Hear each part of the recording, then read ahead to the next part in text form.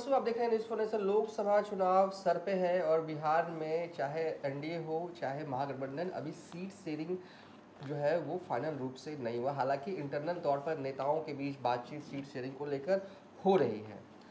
इस वीडियो में हम बात करेंगे बिहार एनडीए की, क्योंकि एनडीए में सिर्फ लफड़ा चाचा भतीजे यानी कि चिराग पासवान और पशुपति पारस को लेकर ही नहीं है, बीजेपी और जेडीयू में भी इंटरनल तौर पर कई सीटों को लेकर पेच फंसता दिख रहा है।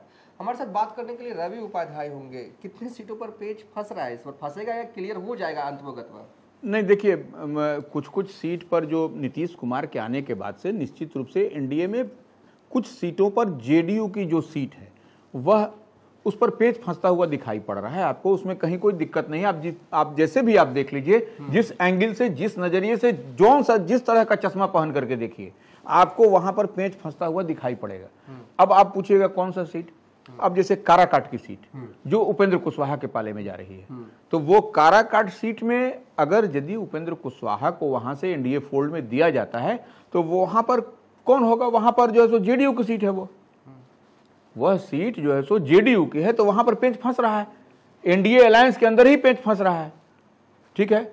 अब आप चलिए गया सुरक्षित सीट, वह जीतन राम मांझी हिंदुस्तानी आवाम मोर्चा जो एनडीए के पार्ट एंड पार्सल इस बार हैं, तो वो कहीं ना कहीं वह भी वो सीट की गया सुरक्षित, उनका जीतन राम मांझी का सीट शुरू से रहा है उनकी पार्टी का। तो ऐसे में वह चाहेंगे कि गया सुरक्षित की सीट हमको मिले और हमारे पाले में आए, तो वो ऐसे में निश्चित रूप से वहां पर भी पेच फंसता हुआ दिखाई पड़ेगा कि वहां पर भी जेडीयू की वह सीट है। ठीक है। अब आप चलिए वाल्मीकि नगर जो है, वाल्मीकि नगर सीट जो है सो वह वहां पर बैजनाथ महतो वहां से जेडीयू के सांसद थे 2019 के लोकसभा चुनाव में, लेकिन उनका असामयिक निधन हो गया तो उनके जगह पर उनके पुत्र को अनिल कुमार को वहां से लड़ाया गया। तो वो जो वहां से लड़े तो वो सहानुभूति वोट पर वो जीते। तो वो ऐसे में वह सीट पर भी जो मार्जिन जो था जीत हार का वह बहुत कम था।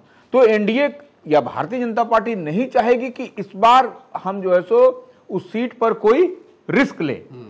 तो वो ऐसी परिस्थिति में उस सीट पर भी पेच फंसता हुआ दिखाई पड़ रहा है, वो क्योंकि वो जेडीयू के खाते की सीट है और वहां से उस सीट पर कहीं ना कहीं चिराग पासवान की भी दावेदारी है। उस सीट पर चिराग पासवान की लोक जनशक्ति पार्टी जो है वाल्मीकि नगर सीट पर वो दावा कर रही है, क्योंकि अब जिनके लिए भी वो, लेकिन वो वहां पे उस सीट पर चिराग पासवान की पार्टी ने दावा किया है और वह सीट वह चाह रहे हैं। और देखिए वहां पर जो प्रभारियों की सूची बनाई है चिराग पासवान की पार्टी ने, लोक जनशक्ति पार्टी रामविलास ने, उसमें वाल्मीकि नगर है प्रमुखता के साथ, जो 11 है उसमें वह भी है। तो यह करें वहां पर भी पेच फंसता हुआ दिखाई पड़ रहा है आपको। अब आप चलिए जहानाबाद सीट भी अपने आप में हॉट सीट बना हुआ है। अभी जहानाबाद सीट पर चिराग पासवान के पार्टी के राष्ट्रीय उपाध्यक्ष हैं, एक्स एमपी हैं अरुण कुमार, वहां से लड़ना चाह रहे हैं। वही नहीं तो और वहां पर नीतीश कुमार ने 2019 में सोशल इंजीनियरिंग किया था।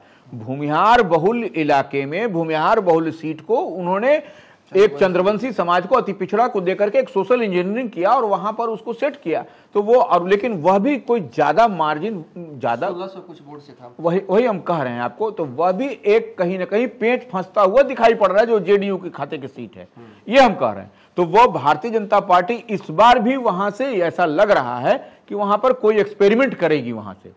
अब ये किसके खाते में यह सीट बनती है, किसको जाता है, यह देखने वाली बात होगी। लेकिन यहां पर भी कोई आपको झोल झाल आपको दिखाई पड़ेगा, यह सीट भी फंसा हुआ आपको दिखाई पड़ रहा है।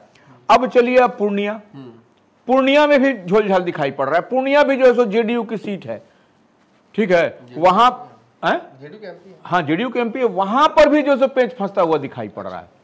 तो वहां पर भी आपको पेच फंसता हुआ दिखाई पड़ रहा है। तो वहां पर अब कभी उदय सिंह का गढ़ माना जाता था और पप्पू सिंह, तो वो भारतीय जनता पार्टी के वो रहे थे, तो वो अलायंस में चला गया। तो जो भी हो गया, तो वो जो है सो उसके बाद से वो जेडीयू के खाते में सीट है। तो ऐसे में अलायंस में जाने के बाद से कई बड़ी नाराजगी है। तो यह सब तो हम बता रहे हैं आपको कि कैसे होगा। जहानाबाद, काराकाट बता ही दिया, पूर्णिया बता ही दिया, सीतामढ़ी आप चले आइए। ठीक है। सीतामढ़ी सीट पर भी पेच फंसा हुआ है। अब आप पूछिए कैसे सीतामढ़ी का सीट का पेच फंसा हुआ है कि यह सीट जो है सो सीतामढ़ी किसके पाले में है? जेडीयू के पास में है। वह सीट पहले जो जेडीयू से जिसको टिकट दिया गया था वह सुनील कुमार पिंटू, वह पहले भारतीय जनता पार्टी में मंत्री हुआ करते थे। लास्ट मोमेंट में वो सैम्बुल लौटाया, जेडीयू के उम्मीदवार ने वहां पर जिनको मिला था वह लौटा करके फिर प्रत्याशी को बदला गया और फिर सुनील कुमार पिंटू को बनाया गया और तब सुनील कुमार पिंटू को तीर छाप से उनको लड़ाया गया 2019 में। आज के डेट में टोन और ट्यून सुनील कुमार पिंटू का पूरी तरह से बदला हुआ है। देखिए, अमित शाह से मिलने के बाद में उनका जो ट्वीट सब लोग 3 दिन पहले सब लोग देखा है, और इधर वहां पर वह कह रहे हैं, वह अपना दावा ठोक रहे हैं वहां पर। इधर नीतीश कुमार ने देवेश चंद्र ठाकुर को बिहार विधान परिषद के सभापति को वहां से उम्मीदवार बना दिया है। तो यह जो है सो, और उपेंद्र कुशवाहा भी जो इसमें है, राष्ट्रीय लोक मोर्चा जिनकी पार्टी का नया नामकरण हुआ है, वह इससे पहले 2014 में वहां से वो जीते थे। उनका 100% स्ट्राइक रेट था। काराकाट, सीतामढ़ी और जहानाबाद, 2014 की बात कर रहे हैं हम। राष्ट्रीय लोक समता पार्टी, उस समय उपेंद्र कुशवाहा की पार्टी होती थी, तो उसमें 100%, तो वो उपेंद्र कुशवाहा भी कहीं ना कहीं सीतामढ़ी सीट चाह रहे हैं इधर से। ये तो यह एक बड़ा सा झोल झाल आपको दिखाई पड़ रहा है। हाँ। जो कि एनडीए को असहज कर रहा है। मुझे लगता है कि सीवान पे भी थोड़ा मसला हो सकता है। जेडीयू के एमपी है और बीजेपी एनडीए की तरफ से चिराग पासवान मांग सकते हैं वो सीट हिना साहब के लिए। बिल्कुल।